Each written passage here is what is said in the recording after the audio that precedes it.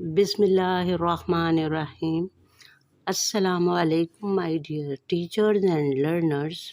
Welcome to my channel Digital Schooling under the Management of Teacher Facilitation Program. इस programme के तहत आज के ग्रेड 1 के इस्लामियात की बुक का आखिरी सबक इस्लाम में सफाई, रूह, लिबास और जिस्म, इसके बारे में हम बच्चों को मालूमात देंगे। और इसके लिए हम सवाल व जवाब के ज़रिए बच्चों से सफाई के बारे में पूछ सकते हैं कि अल्लाह ताला ने सफाई के बारे में क्या फ़रमाया है कुरान में, आप लोग किस तरह अपनी सफाई का ख्याल रखते हैं। और असेंबली में जो बच्चों की चेकिंग होती है यूनिफॉर्म की, नेल्स की, हेयर कटिंग की, इनकी भी मिसालें दे सकते हैं। और इनके बारे में भी हम सवाल व जवाब के ज़रिए इनसे मालूमात निकलवा सकते हैं इनके ज़हनों से। सफाई के बारे में अल्लाह ताला ने क्या फ़रमाया, अल्लाह ताला को सफाई बहुत पसंद है, इसलिए कुरान मजीद में लिखा है कि पाक साफ़ रहने वाले को अल्लाह ताला पसंद फरमाता है।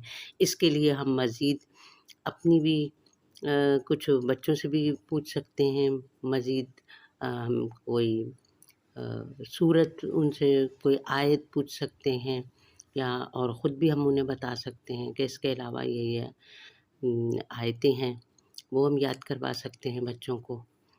और सुन्नतें बता सकते हैं। सफाई सेहत के लिए कितनी ज़रूरी है, सफाई सेहत के लिए बेहद ज़रूरी है। सफाई के बगैर इंसान बहुत सी बीमारियों का शिकार हो जाता है। साफ़ सुथरा रहने की आदत जिसको नहीं होगी, वो बच्चे सुस्त हो जाएंगे और बीमारियों का शिकार हो जाएंगे। उनकी जो है चुस्ती ख़त्म हो जाएगी, एक्टिव नहीं रह सकेंगे वो बच्चे। सफाई किस किस चीज़ से होती है, अब सफाई की किस्में पूछी जा रही हैं कि सफाई रूह, लिबास और जिस्म की सफाई। रूह तो वो हो गई जो उनकी आदत हैं, जो उनकी तरबियत है पाकीज़ा, उनके ख़यालात, नेकी के काम वग़ैरह, ये रूह में आ जाते हैं। लिबास वो तो हमारा ज़ाहिर है, और जिस्म वो हमारा बातिन है। तो बच्चों को रोज़ाना नहाना, धोना व नमाज के वक्त पे वज़ू करना, इससे ये सब हमें बच्चों को बताना है। रूह की सफाई का क्या मतलब है?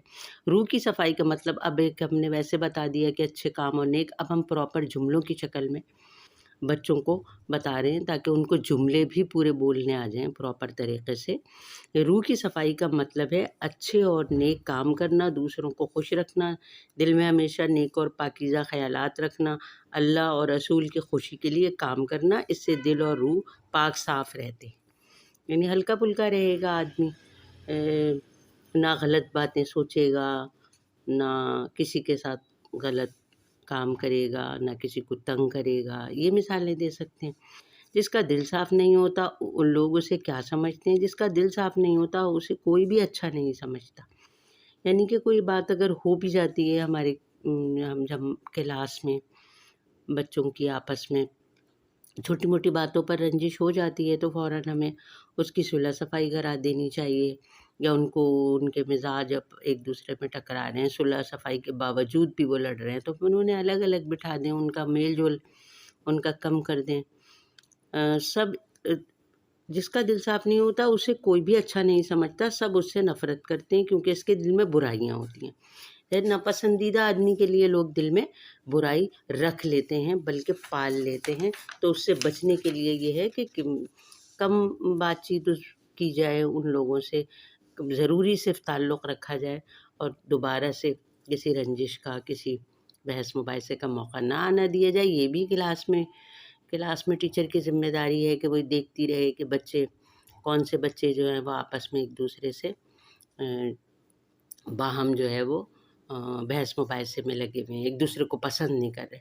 जिस्म की सफाई का मतलब ये है कि जिस्म पाक साफ़ हो, उस पर मैल गंदगी ना हो। जिस्म की सफाई ना करने से क्या होता है, जिस्म को साफ़ ना रखने से उस पे मैल जम जाता है, इंसान बीमार हो जाता है, बीमारियां होने लगती हैं, जिस्म से बदबू आने लगती है। कोई भी ऐसे बच्चों को अपने पास नहीं बिठाता।